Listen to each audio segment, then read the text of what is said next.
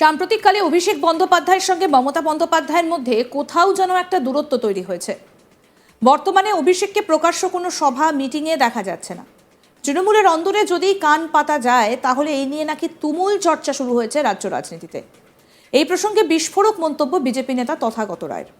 তিনি আজ তাক বাংলার মুখোমুখি হয়ে অভিষেক মমতার বিষয়ে কিছু মন্তব্য করলেন যা সত্যি অবাক করে দেবার মতো বিষয়। অর্থাৎ আজ তাক বাংলার মুখোমুখি হয়ে তথাগত রায় অভিষেক মমতা বন্দ্যোপাধ্যায় সম্পর্কে এমন কিছু মন্তব্য করলেন যেটা একেবারে অবাক করে দেবার মতো। তিনি বলছেন, এই যে কানাঘুষো কথা শোনা যাচ্ছে সেটা শুধু গুঞ্জন নয়, ভয়ঙ্কর হয়ে উঠছে। আমি কালীঘাটের খালধারের বাড়ির ভেতরের কিছু খবর জানি, সেটা ক্যামেরায় বলা যাবে না। শুধু পিসি ভাইপোর খুনসুটির ব্যাপার নয়, অনেক টাকার ব্যাপার আছে, অনেক টাকা পয়সার ভাগ বাটোয়ারা নিয়ে গণ্ডগোল। আমাদের 3 প্রজন্ম মিলেও কল্পনা করতে পারবো না এত টাকা রয়েছে। পাপ চাকা থাকে না, একদিন অবশ্যই বেরোবে। কি বলেছেন তিনি আমাদের, আসুন শোনাই।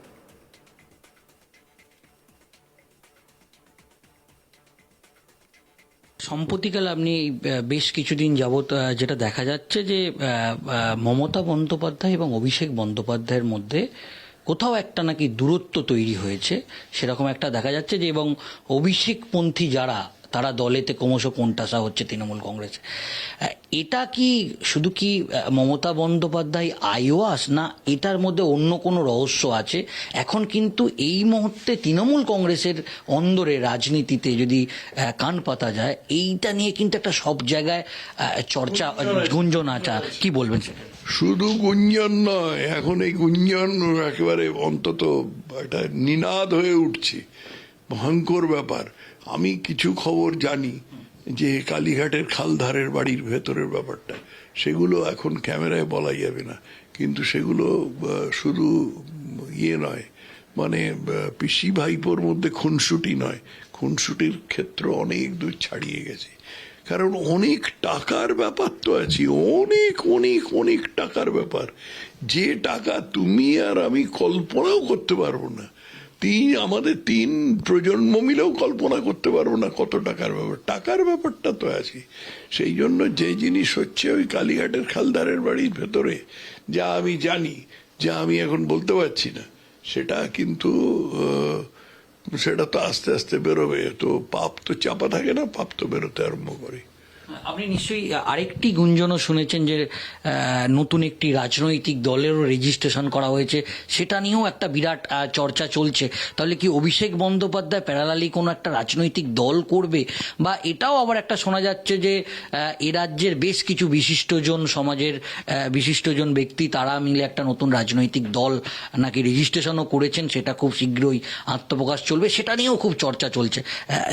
আপনার কি মতামত? এগুলো নিয়ে এখনো কিছু বলবার সময় আসেনি।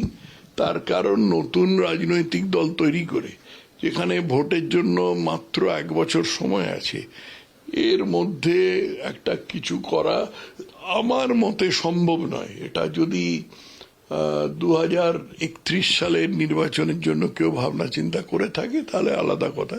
2031 সালের নির্বাচন সম্বন্ধে কিছু বলতে নাই, কিন্তু 2026 সালে যে নির্বাচন হবে সেটার জন্য এটা খুব প্র্যাকটিক্যাল ব্যাপার না। আছে তো রেজিস্ট্রি প্রাপ্ত রাজনৈতিক দল তো আছে, এসইউসিআই আছে, কংগ্রেস আছে, এরা তো কিছু করতে পারে। এর তো কোনোটাই সম্ভব নয় কিছু। একই সঙ্গে তিনি বলেন, মমতা বন্দ্যোপাধ্যায় যে কথাগুলো বললেন এগুলো নতুন কিছু নয়, রাহুল গান্ধী এই কথাগুলো বলেছিলেন। তেমনি আমাদের মুখ্যমন্ত্রী মাদ্রাসা শিক্ষাকে ঢেলে টাকা দিয়ে, ইমামদের ভাতা দিয়ে, নানাভাবে তাদের তোয়াজ করে তারা যত অপরাধ করুক না কেন তা না ধরে তিনি বলছেন, আমি ব্রাহ্মণ কন্যা। বন্দ্যোপাধ্যায় ব্রাহ্মণ কন্যা বাংলার একটা বাচ্চাও জানে। মুখ্যমন্ত্রী টের পেতে আরম্ভ করেছেন এই সংখ্যালঘু তোষণ এবার ব্যাকফায়ার করতে শুরু করেছে। এই বিষয়ে কি বলছেন তথাগত রায়, শোনাবো। মুখ্যমন্ত্রী যে বক্তব্য রাখলেন সেখানে তিনি বললেন যে তিনি শুভেন্দু অধিকারী নাম না করে তাকে আক্রমণের নিশানা করলেন, এবং তিনি বললেন যে আমি তো একজন ব্রাহ্মণ পরিবারের মেয়ে।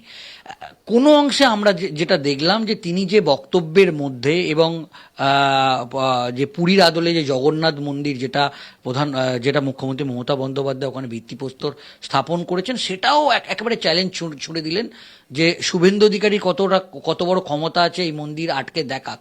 এবং হঠাৎ করেই দেখলাম যে তার যে বক্তব্যের প্রায় 40 মিনিট তিনি ব্যয় করলেন এই সমস্ত বিষয় নিয়ে। এটাকে আপনি কিভাবে দেখছেন? এটা চ্যালেঞ্জ নয়, এটা ডিফেন্সিভে খেলা। এই যে মমতা বন্দ্যোপাধ্যায় কথাগুলো বললেন, এগুলো তো নতুন কিছু নয়। রাহুল গান্ধী এই কথাগুলো বলেছিল। রাহুল গান্ধী বলেছিল মে জনেউধারী ব্রাহ্মণ হু, মে জনেউধারী ব্রাহ্মণ হু। এত সংখ্যালঘু তোষণ করে, এত নানাভাবে এটা সেটা করে, তারপরে শেষ পর্যন্ত জনেউধারী ব্রাহ্মণ। তেমনি আমাদের মুখ্যমন্ত্রী মাদ্রাসা শিক্ষাকে ঢেলে টাকা দিয়ে, ইমামদের ভাতা দিয়ে, মুয়াজ্জিনদের ভাতা দিয়ে, নানাভাবে তাদেরকে তোয়াজ করে তারা যত অপরাধ করুক না কেন সেসব অপরাধ না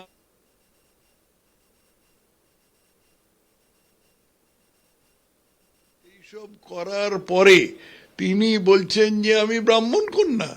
আরে বন্দ্যোপাধ্যায় ব্রাহ্মণ কন্যা এটা এখনো পশ্চিমবঙ্গের একেবারে শিশুও জানি, কিন্তু তার বলার কি দরকার ছিল? বলার দরকার হচ্ছে এই যে মুখ্যমন্ত্রী টের পেতে আরম্ভ করেছেন যে এই সংখ্যালঘু তোষণ এবার ব্যাকফায়ার করতে আরম্ভ করেছে। এই সংখ্যালঘু তোষণ মানুষ ঘৃণার চোখে দেখতে আরম্ভ করেছে। এক সময় যে মমতা ছিলেন সততার প্রতিমূর্তি, ভবানীপুরে দেবেন্দ্র ঘোষ রোডের মোড়ে একটা বড় হোর্ডিং ছিল, সেটা তার সমর্থকরা চুপচাপ সরিয়ে নিয়ে গেছে। কারণ শিক্ষা চুরি, কয়লা চুরি, চুরি তা চুরি, গরু চুরি, এগুলো করার পরে তো আর এটা বলা যাচ্ছে না।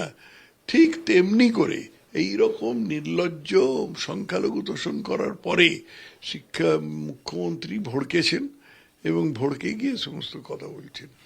আর একটা বিষয় আমরা যেটা দেখলাম যে তিনি একেবারে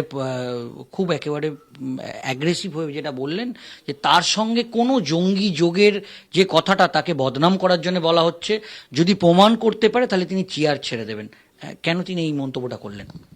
মন্তব্য করেছেন কারণ তিনি ডিফেন্সিভে খেলছেন। আমি আবার বলছি, তৃতীয়বার বলছি, তিনি ডিফেন্সিভে খেলছেন কারণ তিনি ভড়কেছেন। তার কারণ শুভেন্দু অধিকারী যেরকম কাঁচা সত্য কথা দিয়ে তাকে আক্রমণ করেছেন, তিনি তার উত্তরে কোনো কথা খুঁজে পাচ্ছেন না, হালে পানি পাচ্ছেন না।